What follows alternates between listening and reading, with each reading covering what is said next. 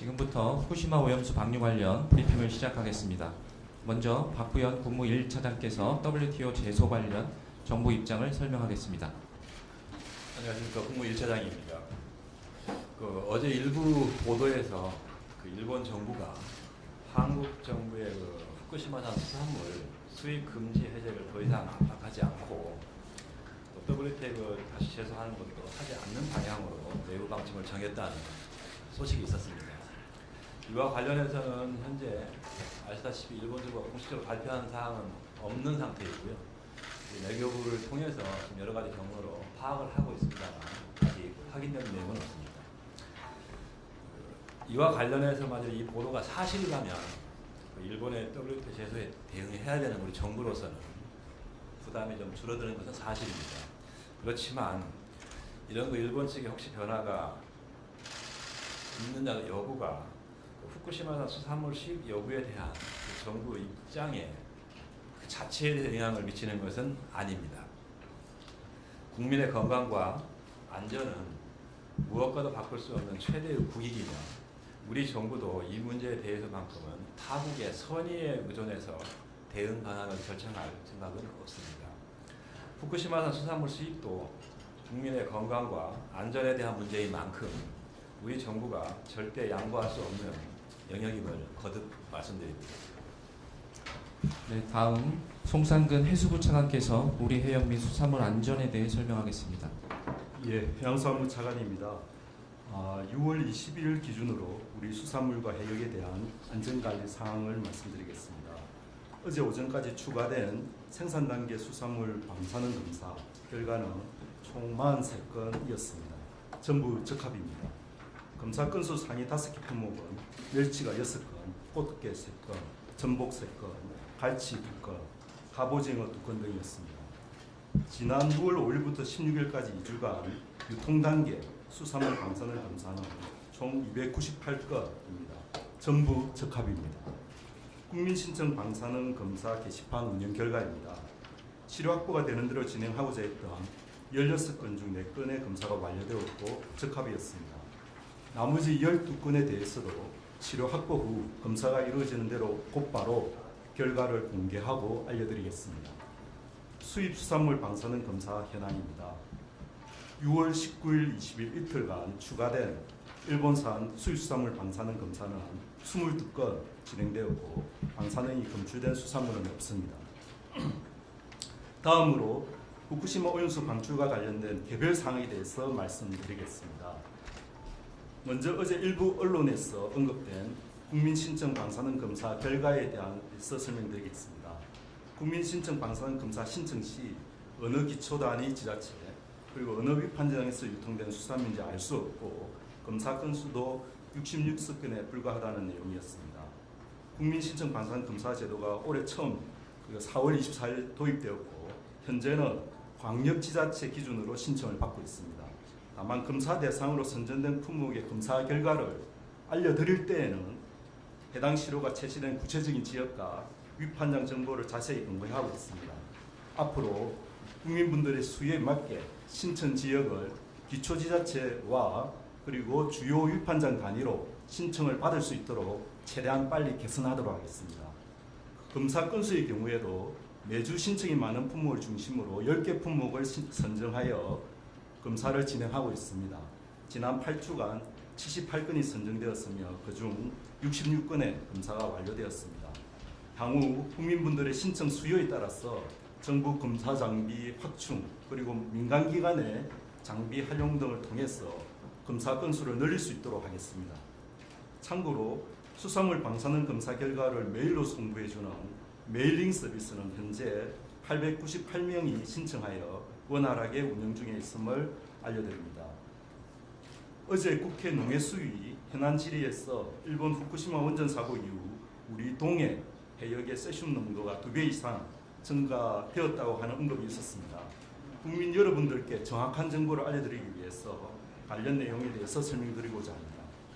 원자력안전위원회에서 매년 발간하는 해양방사능 조사 보고서에 따르면 원전 사고 이전인 2005년부터 2010년까지의 동해 해역의 세슘 137 농도가 킬로그램당 약 0.001 베크렐에서 약 0.004 베크렐 사이로 관측이 되었습니다.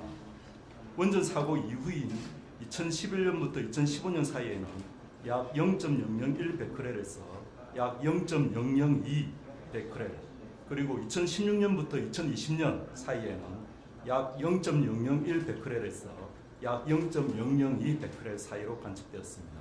즉 다시 말씀드립니다만은 2011년 원전 사고 이후 농도는 사고 전과 비교해서 특별히 증가했다는 경향이 확인하기 어렵습니다.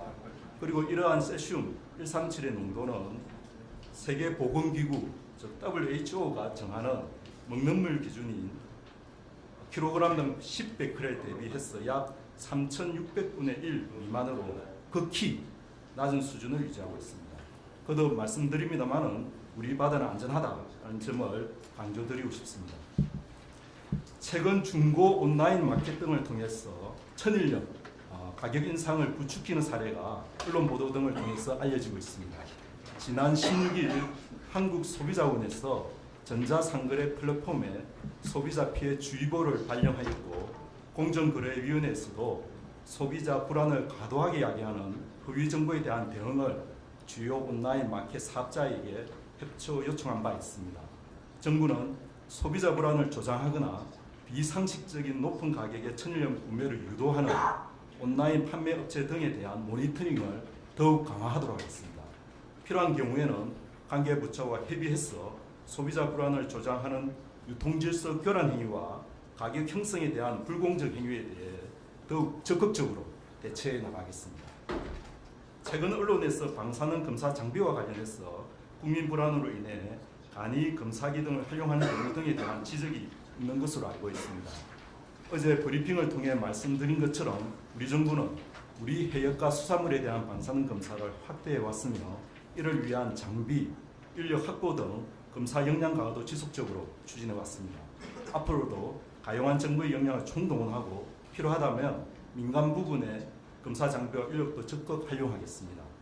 방사능 장비 기준과 성능 등 세부적인 정보와 향후 장비 인력 확충 계획에 대해서는 내일 브리핑에서 다시 한번 자세히 설명드리도록 하겠습니다. 이상입니다. 네, 다음 권호상 식약처 차장께서 수입 수산물 안전관리 체계에 대해 설명하겠습니다. 예, 식품의약품 안전처 차장입니다. 일본산 수산물 수입 검사 체계에 대해서 설명드리도록 하겠습니다.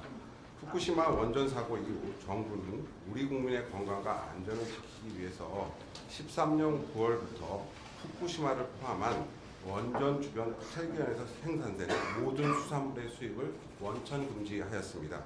8개현 이외 지역산 수산물도 수입 시마다 매건 방사능 검사를 실시하고 있습니다.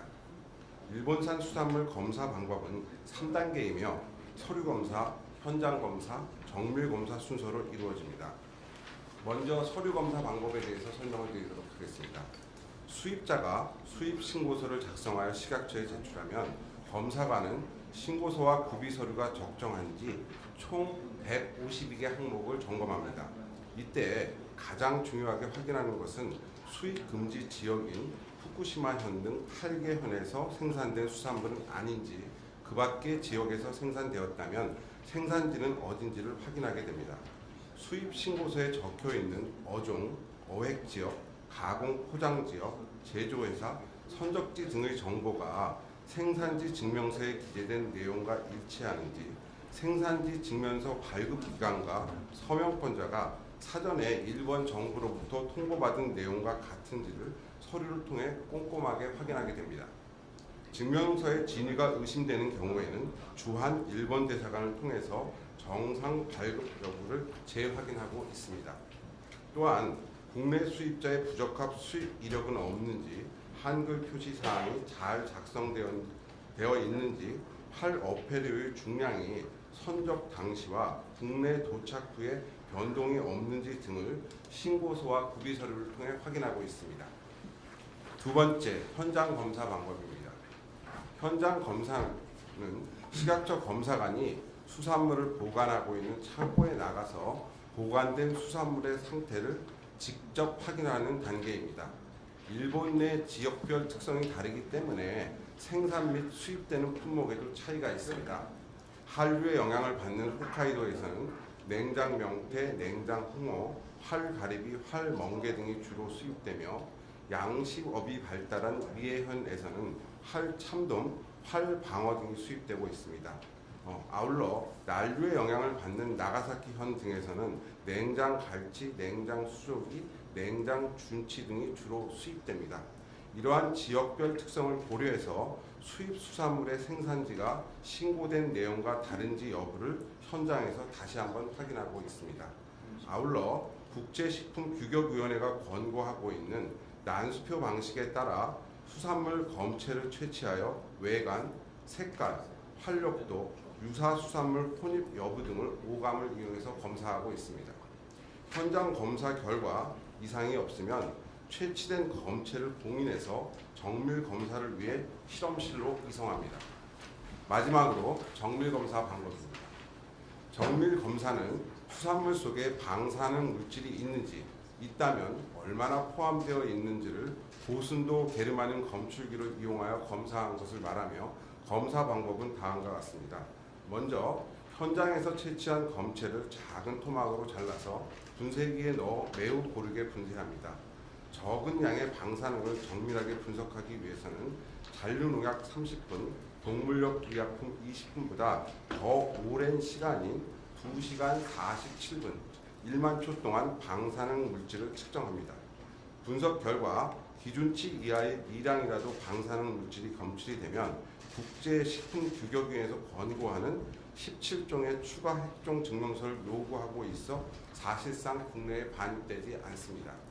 이상으로 설명을 마치며 국민 여러분의 이해를 돕기 위해 동영상으로 제작된 수입수산물 검사 과정 영상을 시청하도록 하겠습니다.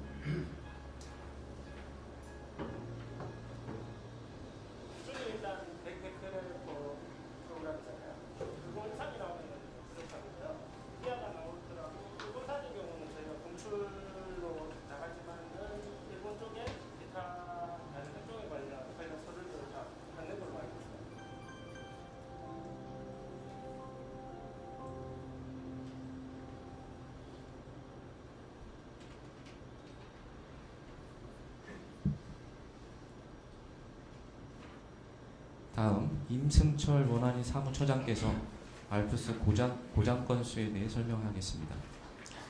네, 선제안전위원회 사무처장인 김철입니다.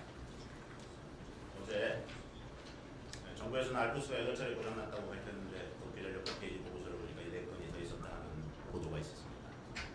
관련해서 말씀드리면 그 보도된 4건은 별개의 건이 아니라 정부에서 설명드린 바 있는 주요 고장 사례 8건에 포함해서 분석 중에 있는 사항입니다. 보도된 4건은 또한 알프스 출고 농도에는 영향을 미치지 않았습니다. 먼저 기설 알프스 관련한 3건 설명드리겠습니다. 동 3건은 말씀드린 대로 정부에서 이미 설명드린 바 있는 알프스 주요 고장 사례 8건 중에 2014년도 3월 기설 알프스 B계열 고장 사례와 동일한 원인과 조치가 이루어진 상황으로 전처리 설계 필터 부속의 재질을 변경했고 관련해서 상세한 분석 중에 있습니다.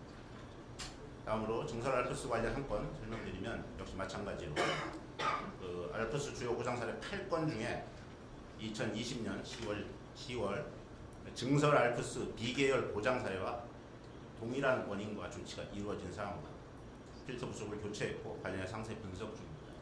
따라서 동 4건을 원안위가 몰랐다 하는 보도는 전혀 사실이 아닙니다. 그 기자님들 중에 저희 원안위 출입 기자님들 계신지 모르겠습니다만 저희가 원자력 발전소 검사하고 감독하지 않습니다. 저희 감독하다가 부지하고 하다가 그 설비를 개선하거나 할 사안들이 발견이 되면 저희 전호기 다 검사합니다. 전호기 다 검사해서 어떤 때는 뭐 한 10개 호기 바꿔야 될 때도 있고요. 15개 호기 바꿔야 될 때도 있어요. 그거를 저희 15번 고장났다고 얘기 안 합니다. 고장사례 한 건, 고장사례 한 건인데 대상이 15개 호기, 10개 호기 이렇죠. 네. 저희 말하는 방식이 있습니다. 적절한 비유는 아닐지 모르겠지만 차량 리콜하지 않습니까? 차량 리콜할 때 현대에서 차량 리콜하는데 리콜 대상이 10만 건이다 하면 10만 번 리콜했다고 우리 얘기 안 합니다. 한 번 리콜했다고 얘기해요. 대상이 10만 대인 거지. 정치부 기자님들이나는 어떻게 이제 말씀을 하시는지 모르겠지만 저희 안전규제당국에서는 그 사례 한 건은 그 개수는 사실 그렇게 중요하게 따지지 않습니다. 요 고장 사례에 대해서 원인이 뭐였고 저희가 뭐를 고쳤고 이렇게 따지거든요. 그래서 저희도 동경전력이 이 고장 사례에 대해서 어떻게 조치를 했고 그게 지속 가능한 건지 그런 걸 저희가 점검 중에 있습니다. 정부가 몰랐다는 건 전혀 사실이 아닙니다. 예, 이상입니다. 네, 다음 허균영 기술검토위원장께서 오염수 관련 과학적 사실을 설명하겠습니다. 안녕하십니까. 오늘은 어제에 이어서 도쿄전력이 23년 2월 일본 원자력 규제위원회에 제출을 하고 같은 해 5월 최종 인가를 받은 그 방사선 환경영향 평가에 어떤 내용이 담겨 있는지를 좀 설명을 드리려고 합니다. 그 보고서의 적절성에 대해서는 현재 정부가 검토 중에 있고요. 조만간 별도의 브리핑이 진행되는 것으로 알고 있습니다. 방사선 환경영향 평가의 최종 결론은 결국 사람 그리고 환경, 즉 동식물에 미치는 방사선 위험성을 계산을 해서 안전 기준치와 비교하는 것이 되겠습니다. 그래서 이와 관련하여 도쿄전력 방사선 영향평가에 나와 있는 결론을 먼저 말씀을 드리겠습니다. 사람에 대한 피폭 설량이 최대 0.00003 밀리시버트 연간입니다. 그리고 성인에 대해서 이는 보통 일반인 설량 한도로 제시되어 있는 연간 1밀리시버트의 약 3만 분의 1 그리고 일본 자체 기준인 0.05 밀리시버트 연간의 약 1500분의 1 정도 수치가 되어 만족으로 밝히고 있고요. 대표 동식물에 대해서도 IAEA 기준인 수치의 1000만 분의 1 수준이다. 이렇게 결론을 내리고 있습니다. 어제 브리핑에서 설명드린 차례대로 계산 절차를 요약을 하면서 특별히 좀 궁금하게 여기시는 먹이 사슬 간의 농축이라든가 장기 축적에 대한 기술적 접근도 좀 이해가 되실 수 있도록 설명을 해보겠습니다. 전체적인 절차는 IAEA 및 ICRP 국제 방사선 방호위원회입니다. 여기에 기준을 따르고 있다고 보고서에서는 밝히고 있습니다.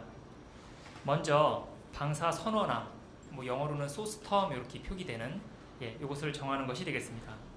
먼저 기본 가정인 건데요. 입력으로 사용되는 기본 가정인데 삼중수소는 방류시 목표인 1500베크렐, 리터당 1500베크렐을 가정을 하고 그 이외의 핵종도 고려를 해야 되기 때문에 K4 탱크를 비롯하여 일반 오염수 저장 탱크에서 실제로 측정한 그 방사선 핵종 데이터를 사용을 하였습니다.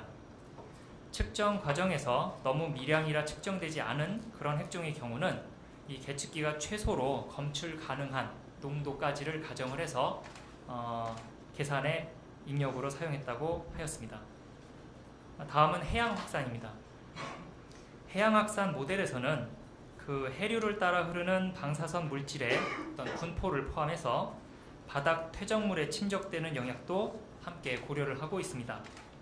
이 도쿄전력이 보유하고 있는 ROMS라는 프로그램을 기반으로 해서 넓게는 470 곱하기 270 제곱킬로미터, 그리고 발전소 주변에 10 곱하기 10 제곱킬로미터에 대해서 각각 계산을 수행하였습니다. 해양 확산 모델은 지난 브리핑에서 서울대 조양기 교수님께서 발표하신 내용과 유사하다고 생각하시면 되겠습니다. 이 도쿄전력이 계산한 결과는 일본 원자력 규제위원회에서도 별도의 시뮬레이션을 수행을 하였고, 그 결과가 상호 유사한 것으로 확인하였으므로 신뢰도를 검증하였다라고 그 자체 보고서에는 기술이 되어 있습니다. 다음은 피폭 경로입니다. 그 사람에 미치는 피폭 경로로서 해상, 수중, 해변 활동 중 발생할 수 있는 외부 피폭 경로하고 해수, 해산물, 섭취 및 공기 흡입 내부 피폭 경로 등을 고려하여 사람이 그 활동하는 것과 관련된 부분을 좀 전반적으로 고려하고 있다라고 밝히고 있습니다. 이렇게 설정된 해양 확산 결과와 피폭 경로를 근거로 최종적인 피폭 선량을 평가하게 됩니다. 사람에 대한 평가를 위해서는 농축 계수, 분배 계수, 선량 환산 계수 등이 반영이 됩니다. 농축 계수가 그 알고 계신 먹이사슬이 지나면서 이제 농도가 높아지는 그 가중치로 생각하시면 되겠고요. 분배 계수가 해양이나 퇴적물로 방사성 물질이 오고 가는 그 현상을 반영한 가중치라고 생각을 하시면 되겠습니다. 그리고 선량 환산 계수는 이제 방사선을 받을 때 사람도 장기별로 좀 효과가 다르고 연령대별로 효과가 다르고 하니까 그것을 감안해서 주는 가중치로 생각을 하시면 되겠습니다. 그리고 피폭 대상이 되는 대표인은 일본 국민의 생활 습관을 반영한 가상의 어업 종사자 및 일반인으로 설정하였다고 하고요. 이들에 대한 섭취 및 활동량은 자국 내 국민조사 자료를 이용했다고 밝히고 있습니다. 동식물 평가에 대해서도 이와 유사한 과정을 거치게 되는데요. 결론적으로 생물간 농축과 장기간 축척에 대한 그런 기술적인 사항은 포함하고 있다라고 설명하고 있습니다.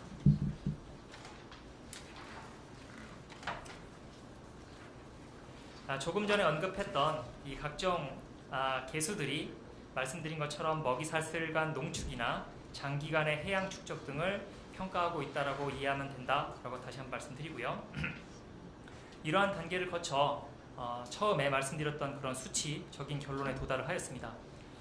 도쿄전력의 방사선 영향 평가서는 IAEA 전문가 검토팀에서도 확인을 하고 그 과정에 나온 질의사항 등도 문서에 같이 포함되어 있음을 확인하실 수 있습니다. 자, 오늘 요약해드린 도쿄전력의 보고서에 대해서는 현재 우리 정부가 독립적인 검토를 수행하고 있으며 여기에 부족하거나 보완할 부분은 없을지 확인하고 있습니다. 이와 관련해서 궁금하신 점은 언제라도 개진하여 주시고요. 이는 정부의 검토에도 큰 도움이 되리라 생각하고 있습니다. 오늘 제가 준비한 내용은 여기까지입니다. 감사합니다. 네, 이어서 기자님들의 질의에 대해 답변하는 시간을